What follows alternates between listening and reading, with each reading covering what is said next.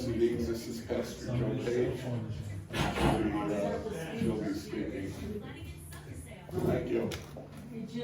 Holy God, our strength and our Redeemer, giver of life and conqueror of death, we praise you with full hearts. We give you thanks for your steadfast love of Billy all the days of his earthly life.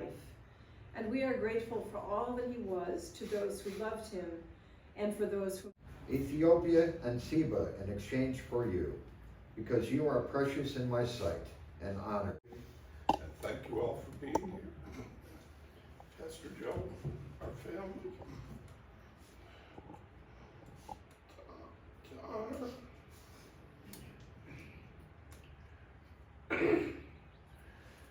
and remember our brother.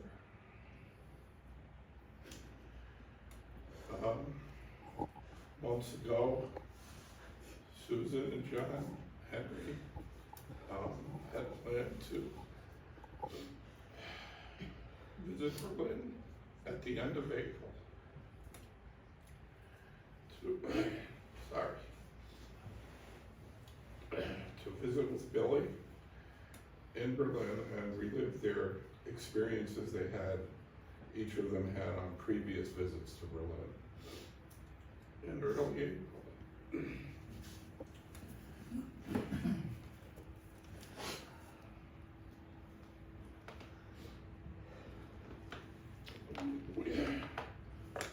We learned that Billy was not doing well. So Susan and John Henry changed their flights, and Leck and I also booked flights that would arrive in Berlin on April 7th. Unfortunately, on April 6th, we received news that Billy had passed away.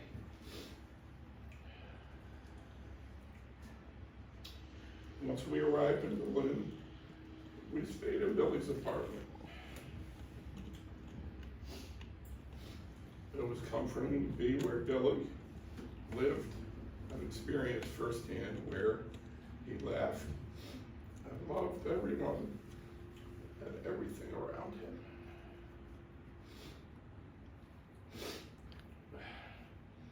He walked the neighborhood daily, sat on a great bench with friends and neighbors, and enjoyed people watching and being part of the community.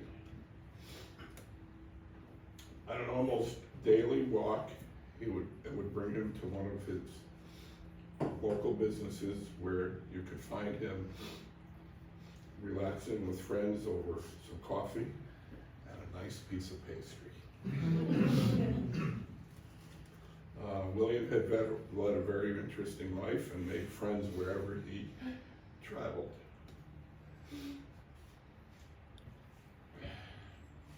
He has touched many lives around the globe, and not only touched them, but in many cases helped to make them better, their lives better, through his kindness and generosity.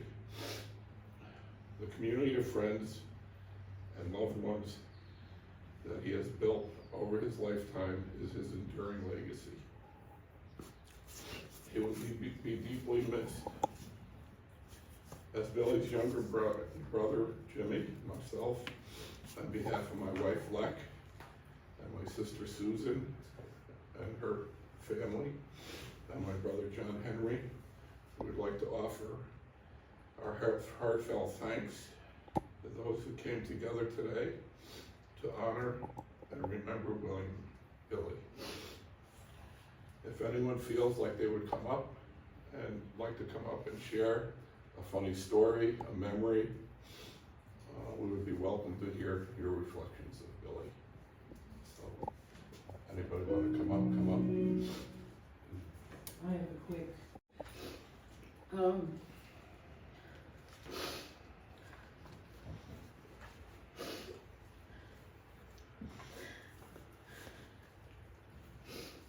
One of the things I'm going to miss is Billy's yearly visits home to our family. Everyone was so excited when we knew Billy was coming, it was like the king was coming. I was like, oh, Billy's coming. At this time, you know, we were always so happy when we knew he was coming, and we had really good time when visits when he was here. So I'm gonna miss that so much.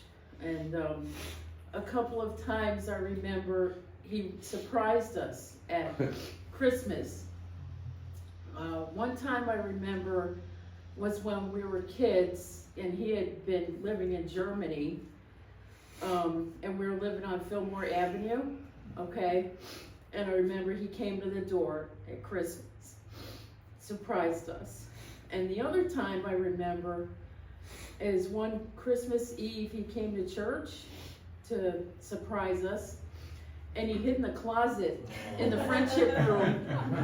And I was in the choir, and I came down, Jimmy and Leck were there in the friendship room waiting before the service was going to start.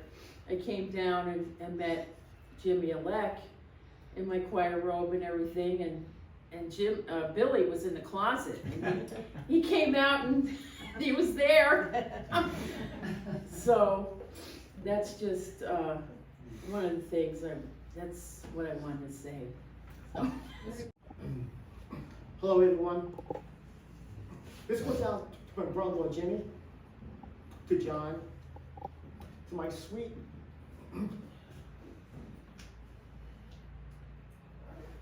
sister-in-law, Leck, and to the sweetest person in the world, my wife, Susan. I got to meet, when I first met Billy, it's like 100 years ago. Wow. He was a world traveler. No.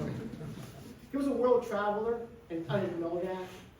And like I would ask him what Thailand was like, and he would tell me that it was nice and warm all year round, and he knew that I hated cold weather up here. And he would always tell me, "Why don't you move to Thailand?" And I said, well, do they have toilet paper over there? And they said, no. I said, no, thank you. I'm not going there. No, thank you. He was a manager over in a resort over there, and I worked in hotels for a long time. And I asked him, what was it like over there?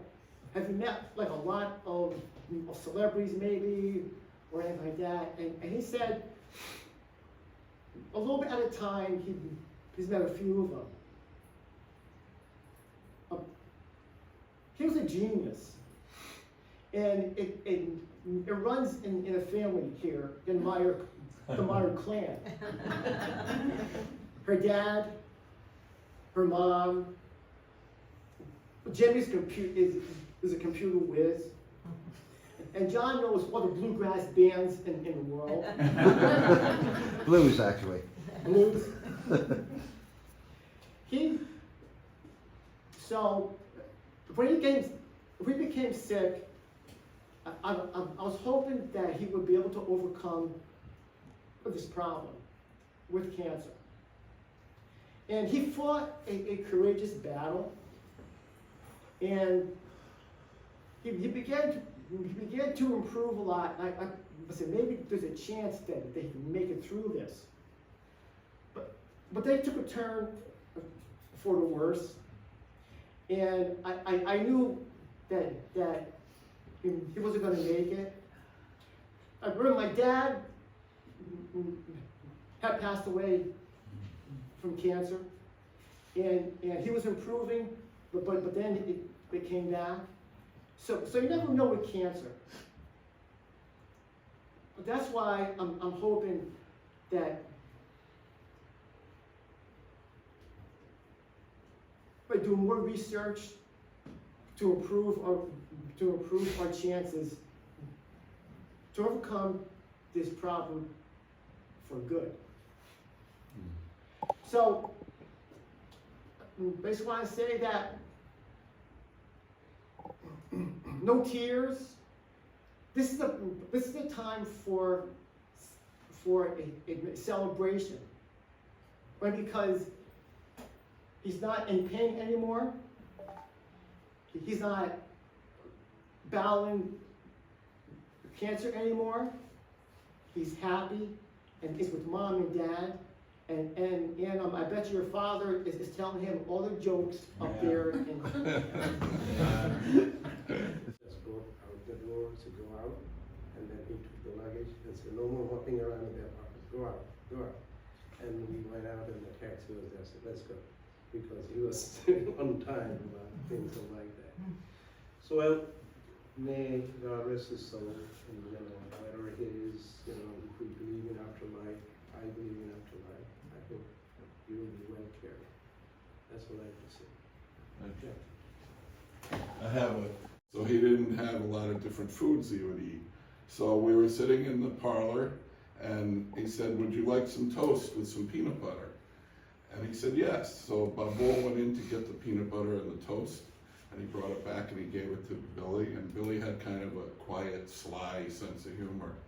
And he looked at it like this and said, what did you do? Clean the knife off on this? You wanted more peanut butter. It was a funny thing for him to say. You remember that? Hi everyone, I'm Didar. I first time met Billy. Danny took me to Thailand 1986. I was like this little, right, Danny? But Billy, there's so much memory from then till until the end. How could I say? I mean, he's been a friend to me, a brother, a father sometimes, and Danny and I, we had also many conflict different times, and when Billy comes, that's when we would try to, he would try to resolve it. I think many of us have that similar thing. Billy was the person we look up to, and we've resolved all the issues that we are having. It was like a therapeutical time when we met each other. It was horrifying when we heard that he got into this sickness. He just visited us, and then we're talking about maybe, he's gonna settle there, we're gonna have, and we had a second home in Thailand, now we're gonna have a second home in Berlin, and we go there every year as we did in Thailand. And that was terrible news. So Danny went and I went another time to see him back in Berlin. Spent some time with him, encouraged him to be strong, and he was. And then, he was able to come back and visit us here. I felt so happy that that's it. He's good. He's gonna be with us. Then we tried to actually ask him to come here and get treatments here in New York. Our home, my brother home, always open, and said I just bought a house actually in Bayside recently. Said we have plenty of space. This is your home now. You can come and stay with us as always. He was thinking about it. Made us feel so happy that our family is going to be a little bit bigger and more presence of Billy is less of a conflict here. So that was I was looking up to. Then again, he was again also just visited us, then went back, and we heard in April, he passed away. We did go and join, had a limited time, but he would be always be missed. Okay, may God rest his soul, and we'll still be praying, as we can always pray for who is gone. Everybody did, of course, as you can imagine. I just have a brief comment to add to something that Jimmy had said about Billy, about how he touched people all over the world. Back in 1995, I don't think I had yet met Billy myself, but I'd heard through my husband Rich that he had owned a restaurant in Thailand.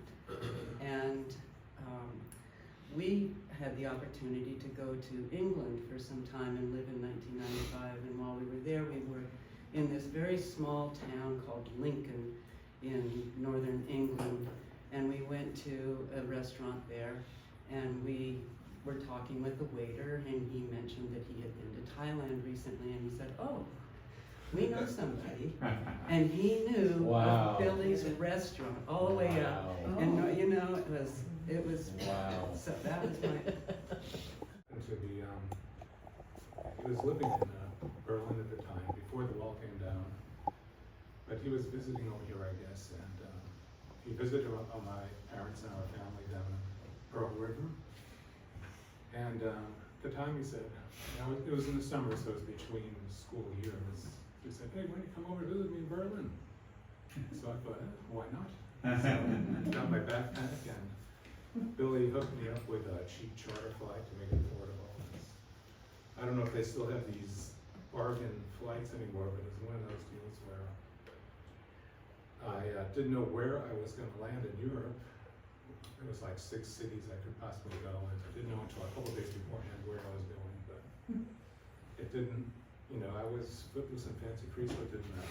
I wound up going to Amsterdam, but found my way to West Berlin, and Billy just greeted me, and we had some great times together. He showed me all around West and East Berlin. And, yeah, it was just a great time, and he just passed away too soon. I regret not taking the time or finding the means to visit him in Thailand or back in Germany. But I cherish the time we had together, and yeah, just wanted to share this story. Third of the 7 cousins.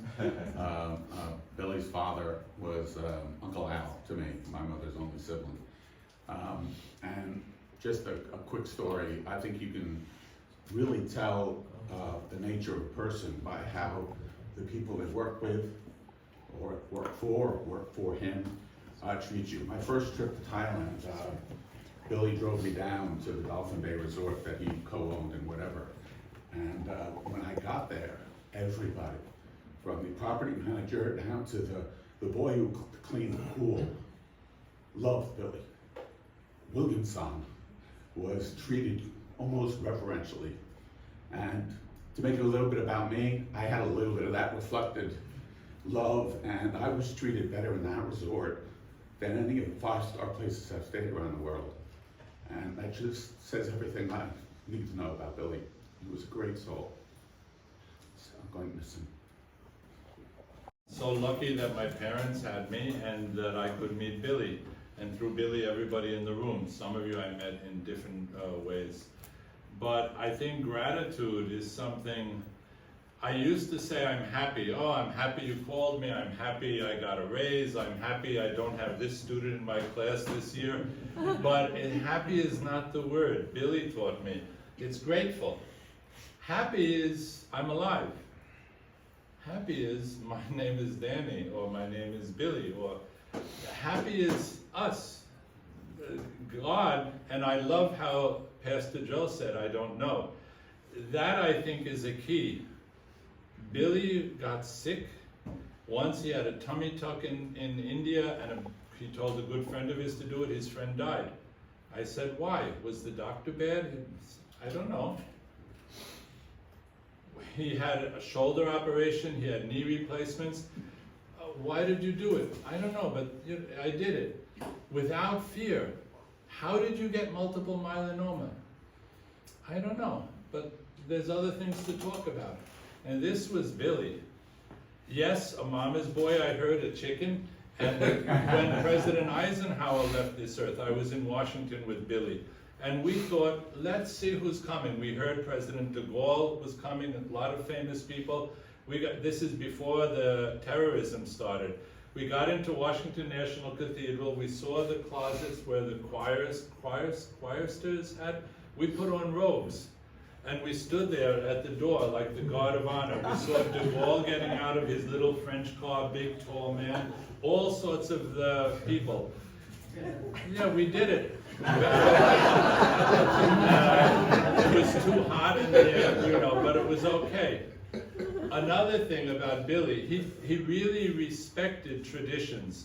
When Didar over there, Sahar and Saba's dad and Papa's husband, went to Thailand with me. He was not this tall. He was about this tall. He was at least 18. And this is the true story. Billy said, I'm going to take you to a club tonight so you can hear music and dancing and stuff, which in Bangladesh people at that time had never seen, except on TV. And he said, I had my short pants. They said, no, you can't wear short pants and sandals. You're going, this is Thailand. Okay. And so we got put on long pants, sneakers, and we went in there. We were the only people with long pants and sneakers, except for Billy also. And then they had buckets of ice with water, or for me, for beer, and throwing ice at each other. He said, you can't do that. This is a nice place. And then, what's that? People were throwing ice all over the place. So Billy wanted things to be good. He really wanted things and people to be happy. Betty and Al, his mom and dad, who thanks God I was able to meet. And his dad stayed in our house in Flushing sometimes. And we went out. I didn't like him smoking, but at that point, earlier, everybody smoked. I used to love cleaning up the ashtrays. And he had so many stories to tell, and songs, and stories, the terrible things that he experienced in the Second World War, fighting the Germans, his ancestors, my mom's ancestors, who killed my uncle in Normandy. That was war, but no hatred. No hatred. Val's husband, I'm the old cousin of the family, and I'd like to offer a prequel to Val's story. Sorry, I'm a crier, so you have to take it in bits. We were both the oldest in our families, Billy and I. He was a few years younger than I. And my mother and his father were siblings. And we didn't get together all that often. We lived in New York City, but they lived in Bronx, and we lived in Queens, and that seemed like far apart. It's ridiculous now. But we would always get together at Labor Day before school would start off and go to Coney Island. And he was always afraid to go on the scary rides. And one time I remember in particular, the Meyers were visiting our family, and as my parents usually did, they banished the kids to the basement. The basement was down long stairs, so I kind of liked that because we were kind of out of touch. And there was a standing rule that we weren't allowed to tear the furniture apart and reassemble it. But I did it every time I got the chance. This woodwork furniture, and the cushions came off. You can make it into great forts and everything. And he didn't want to do it. So I took it upon myself as the older cousin to teach him a little bit of the ways of the world and how you can maybe break rules a little bit, but not really do anything. Because I did this every time, and they never knew anything about it. I reassembled the furniture perfectly. We'll get away with it, no problem. No, I don't want to do it. I kept doing it. And it was just a miserable experience because he just hated that we were breaking this rule. He was a good guy, but didn't get adventurous at all. See where this is leading? So I was the adventurous guy, and he was conservative. He was a chicken. He was a mama's boy. And we both, I moved out of town And eventually it was in Washington, D.C., and I knew he was in college there. And I thought we would get in touch. He was out of town, but we waited till he was back in town. And my wife Pauline says, well, tell me about Billy. I said, well, I haven't seen him in a long while. He's a really nice guy, but mama's boy. So we invited him over for supper. And when he shows up at our door, there is this huge wild man staring there. And long, wild hair, ragged clothes. He was a hippie. And not only was he a hippie, he had just come from the revolution in Czechoslovakia, running from the guns, invading the city. I'm the adventurous one. And flash forward, maybe 30 years, 95, we're in Lincoln, and this guy knows that Billy's Cafe. So now, he's not the wild revolutionary, he's Rick from Casablanca. He's Humphrey Bogart in a cafe at the center of international intrigue. And I regret I never got to know the real Billy throughout the rest of his life. That's it. In the gentle and wise words of friends, in the memories of those whom we love, who have gone from us, Holy God, in your mercy, hear our prayer. Set free Charlotte Strickland, who's our grandmother. So this is her marker, and this will be William's marker. Also, his Thai name, Win Mitakunatam. Your departure we accept. Your memory we will cherish. And although there is grief today as we say goodbye, there is gratitude for your life. We are truly grateful for the privilege of having shared life with you. But rest now at the end of your days. Rest in the hearts and minds of all those who love you. And so with love we shall leave you in peace. And with respect we bid you a fond farewell. We commend to Almighty God our brother Billy, and we commit him to the ground, earth to earth, ashes to ashes, dust to dust. The Lord bless him and keep him. The Lord's face shine on him with grace and mercy. The Lord look upon him with favor and give him peace. Amen. Rest eternal grant him, O Lord, and let light perpetual shine upon him. Amen.